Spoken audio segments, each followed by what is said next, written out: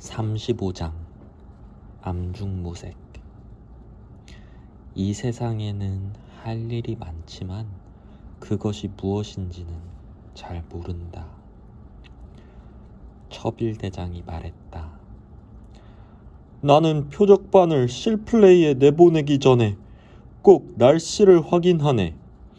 물론 먼저 실플레이를 한 표적반에서 전령을 보내 언제쯤 굴로 돌아오며 날씨가 어떤지 따위를 알려주지만 나는 반드시 내 눈으로 확인하러 나가보네. 달이 뜨는 밤이면 보초를 물 위에 아주 가깝게 세우고 끊임없이 돌아다니며 아무도 멀리 못 나가게 하지. 하지만 비가 오거나 캄캄한 밤이면 표적반을 작은 무리로 나누어 보초를 한 마리씩 붙여서 차례차례 내보낸다네. 날씨가 너무 나쁜 날은 장군님께 실플레이를 연기시켜달라고 말씀드리고. 비극이 물었다.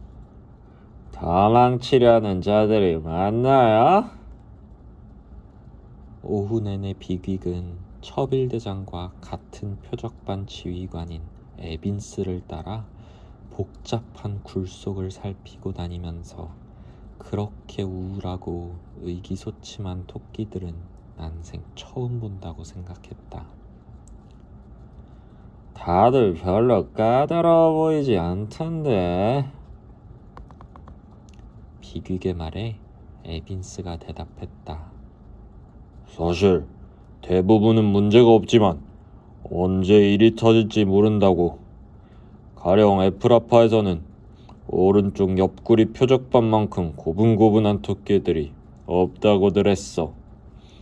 그런데 어느 날 장로회의 조치로 흘렛이 넷이 들어오더니 그 다음날 저녁 어쩐 일인지 뷰글로스가 멍청해 있는 틈을 타서 흘렛이 놈들이 대장을 속이고 내뺀 거야. 그걸로 뷰글로스는 끝장이었지. 절길에서 죽은 불쌍한 찰록은 말할 것도 없고, 그런 일은 계획이고 뭐고 없이 번개처럼 순식간에 일어나지. 어떤 때는 꼭 발작 같다니까. 한 토끼가 충동적으로 도망칠 때 잽싸게 후려쳐 잡지 않으면 바로 새 놈이 따라서 도망친다고.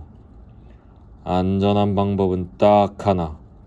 무리가 땅 위에 나와 있을 때는 잠시도 감시를 늦추지 않는 거야. 쉬는 건 알아서 눈치껏 하더라도.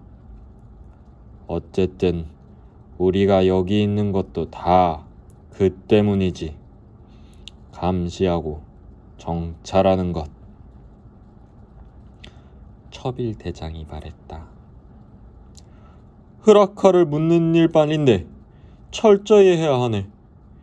들판에 흐라카가 한 덩이라도 눈에 띄는 날에는 장군님이 자네 꼬리를 목구멍에 쳐넣을 걸세. 하지만 일반 토끼들은 흐라카 묻는 걸 싫어한다네. 타고난 대로 살고 싶어 하다니 반사회적인 놈들이지. 서로 협력하는 것만이 모두가 잘 사는 길이라는 걸 도무지 이해 못한다니까. 나는 그런 놈들 서넛을 잡아서 벌로 날마다 도랑에 새 골을 파게 하지. 맘만 먹으면 벌을 줄 만한 녀석은 쉽게 찾을 수 있어. 오늘 찍힌 놈들은 어제 판 골을 메우고 다시 골을 파는 거야. 도랑 바닥으로 통하는 굴길은 따로 있는데 흐라카를 누러 갈 때는 그 길로만 가야 돼. 우리는 도랑에다 흐라카 보초를 세워놓고 토끼들이 흐라카를 누고 제대로 돌아가는지 감시하지. 비극이 물었다. 실플레이를 마치고 돌아올 때는 어떻게 확인합니까? 첩일대장이 대답했다. 누가 누구인지 다 알기 때문에 굴로 내려갈 때 지켜보면 돼. 각 표적반의 입구는 2개뿐이니까 한 명씩 그 앞에 앉아서 감시하는 거야. 다들 정해진 입구로 내려가야 하는데 나는 내 담당 입구로 누가 내려와야 하는지 다 외우고 있어. 보초들은 맨 마지막으로 들어오지. 우리 표적 토끼들이 다 들어온 다음에야 보초들을 불러들이거든. 그리고 일단 굴로 내려오면 보초들이 입구를 지키고 있기 때문에 나갈 수가 없어. 땅 파는 소리가 나는지도 잘 들어야 돼. 여기선 장로의 허가 없이는 굴 파기도 금지되어 있어. 진짜 위험할 때는 경보가 울릴 때, 그러니까 여우나 인간이 나타날 때뿐이야. 그러면 너도 나도 가장 가까운 굴로 잽싸게 내빼지. 그럴 때 반대 방향으로 달아나면 없어진 걸 들키기 전까지 꽤 멀리 달아날 수 있지만 아직 그런 생각은 아무도 못한 것 같아. 하기야 엘릴 쪽으로 도망칠 놈은 없으니까 그거야말로 최고의 도주 방지책이지. 아, 정말 철저하군요. 비빅은 그렇게 말하면서 내심 자신의 임무가 예상보다 훨씬 더 어렵겠다고 생각했다. 한시라도 빨리 익숙해지도록 하겠습니다. 정찰은 언제쯤 나가나요? 에빈스가 말했다. 처음에는 장군님께서 직접 데리고 나가실 거야. 나도 그랬어. 장군님과 하루 이틀만 다녀보면 정찰 나가고 싶은 마음이 싹 가실걸. 다들 지쳐서 나가 떨어지거든. 하지만 슬라일리, 넌 덩치도 좋고 한동안 고생도 했다니까 잘 해낼 거야. 그때 목에 희끄무레한 흉터가 있는 토끼가 굴길을 내려왔다. 차빌 대장님, 목표적반이 실플레이를 마치고 내려오는 중입니다. 오늘 저녁은 날씨가 참 좋아요. 즐거운 실플레이가 되시길 바랍니다. 처빌 대장이 대답했다. 자네가 언제 오나 기다리던 참이야. 세인포인 대장한테 우리 표적반이 곧 나가겠다고 전하게. 그러고는 가까이 있던 보초한테 굴마다 돌아다니며 모두 실플레이를 내보내라고 명령했다. 자, 에빈스, 자네는 평소처럼 저쪽 입구를 맡고 슬라일리는 나와 함께 이쪽을 맡지. 우선 경비선에 보초 넷을 내보내고 토끼들이 다 나가면 넷을 더 데리고 나가세. 둘은 예비로 남겨두고 그럼 둔덕에 있는 큰 부싯돌 앞에서 보세. 비빅은 처빌 대장을 따라 풀과 클로버와 달구지풀 냄새가 풍기는 굴길을 내려갔다.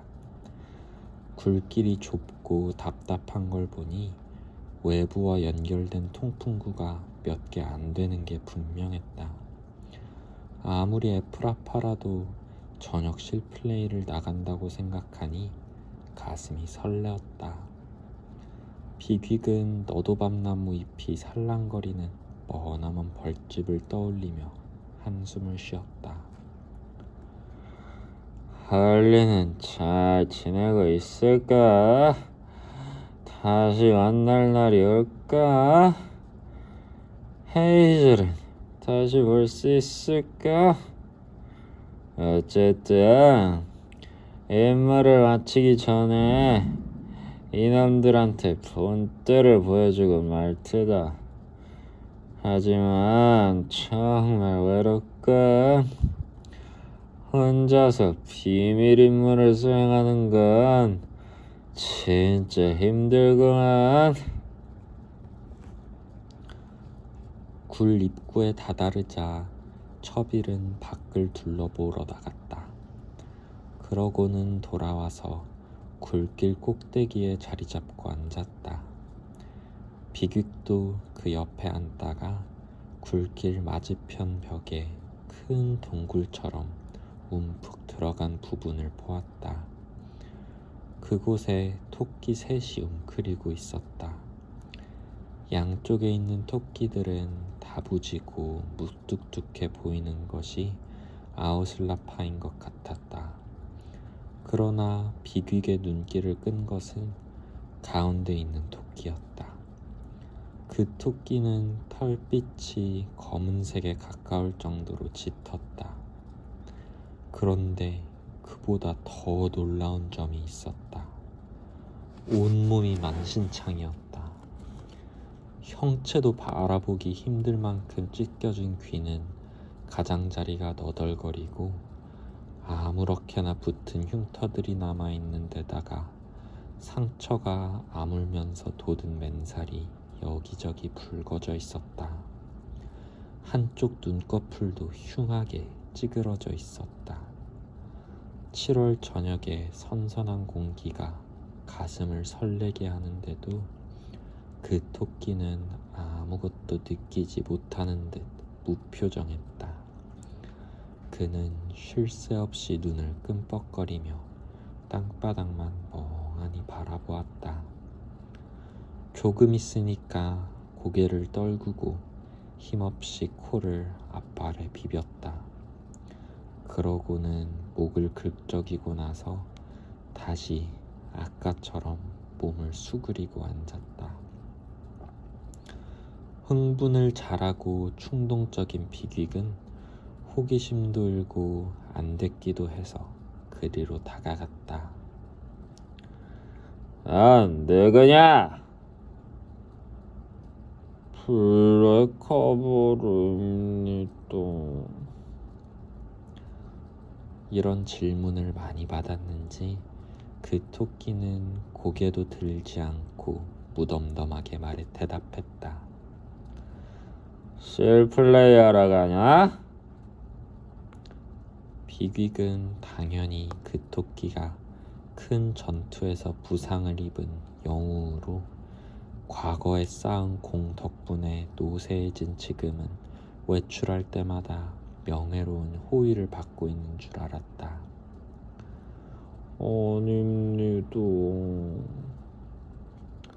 비퀵이 말했다. 왜 안 가?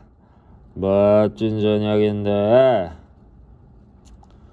전 이 시간에 실플레이를 하지 않습니다. 비퀵은 여느 때처럼 거침없이 물었다. 그러면 왜 여기 있지? 저녁에 실플레이하는 표적반이 오면 저는 그 토끼는 머뭇거리다가 입을 다물었다. 아우슬라파 하나가 다그쳤다. 계속해! 그러자 그 토끼는 꺼져가는 소리로 나직이 말했다. 표적 토끼들한테 제 모습을 보여주려고 나와 있습니다. 마을을 떠나는 반역행위를 하면 어떤 처벌을 받는지 똑똑히 보여주는 거지요. 장로에서 너그럽게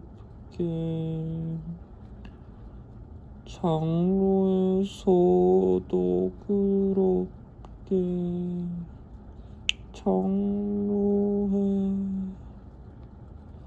저는 기억이 안 납니다. 정말로요. 토끼는 아까 다그치던 보초를 돌아보며 불쑥 큰 소리로 외쳤다. 아무것도 생각이 안 난다고요. 보초는 아무 말도 하지 않았다. 비귀은 충격을 받아 말없이 쳐다보기만 하다가 처빌에게 돌아갔다. 처빌이 말했다. 저 토끼는 누가 물으면 일일이 대답하게 돼 있지. 하지만 보름쯤 계속하고 나니까 정신이 오락가락하는 모양이야. 탈출하다가 붙잡힌 놈이지. 캠피언이 잡아서 끌고 오자 장로회에서 귀를 찢고 아침 저녁으로 실플레이하러 나갈 때 다른 토끼들에게 본보기가 되도록 나와 있으라는 벌을 내렸지. 저것도 오래가진 못할 거야. 머지않아 자기보다 훨씬 더 검은 토끼에 부름을 받게 될걸. 비귀은 처빌의 냉정한 말투도 말투지만 인레의 검은 토끼가 생각나서 몸서리를 쳤다. 표적반 토끼들이 한 줄로 서서 굴길을 올라오고 있었다. 비귀은 토끼들이 차례차례 굴 입구를 막고 섰다가 산사나무 아래로 뛰어나가는 모습을 지켜보았다. 처빌은 자기네 토끼의 이름을 다 안다는 사실이 자랑스러운 게 분명했다. 대부분의 토끼들에게 말을 걸어 사사로운 생활까지 웬만큼 알고 있다는 티를 내려고 애썼다. 하지만 돌아오는 대답은 그다지 다정하거나 상냥하지 않았는데 처빌이 싫어서인지 아니면 단순히 에프라파 일반 토끼들이 그렇듯 의기소침해서인지 알 수 없었다. 비귀은 블랙베리가 일러준 대로 일반 토끼들 사이에서 불만이나 반항의 빛을 찾으려고 애썼지만 차례로 지나가는 토끼들의 무표정한 낯빛에서는 그런 기미를 읽을 수가 없었다. 맨 마지막으로 암토끼 서넛이 이야기를 하면서 올라왔다. 넬틸다, 새 친구들과 잘 지내고 있나? 처빌은 맨 앞에 지나가는 암토끼에게 물었다. 넬틸타는 길쭉한 코에 예쁘장한 암토끼로 태어난 지 3달밖에 되지 않았다. 넬틸타는 걸음을 멈추고 처빌을 쳐다보며 대답했다. 글쎄요, 대장님도 언젠간 큰일을 해내시겠죠. 멜로 대장님처럼요. 그분도 한 건 올렸잖아요. 암토끼를 대정찰에 내보내는 건 어때요?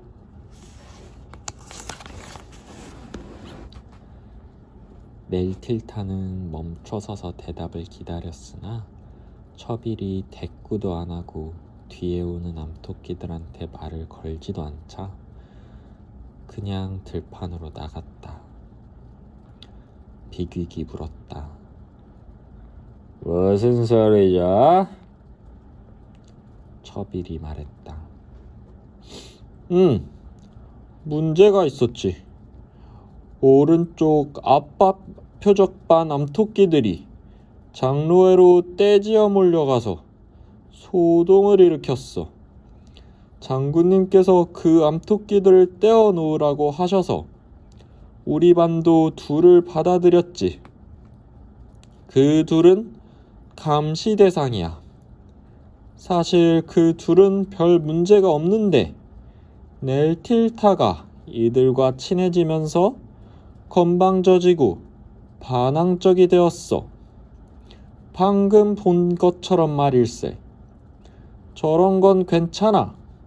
다 아우슬라의 권위를 안다는 증거거든. 오히려 젊은 암토끼들이 조용하고 공손하게 나오면 더 불안하다니까? 무슨 일을 꾸미는 게 아닌가 해서 말이야.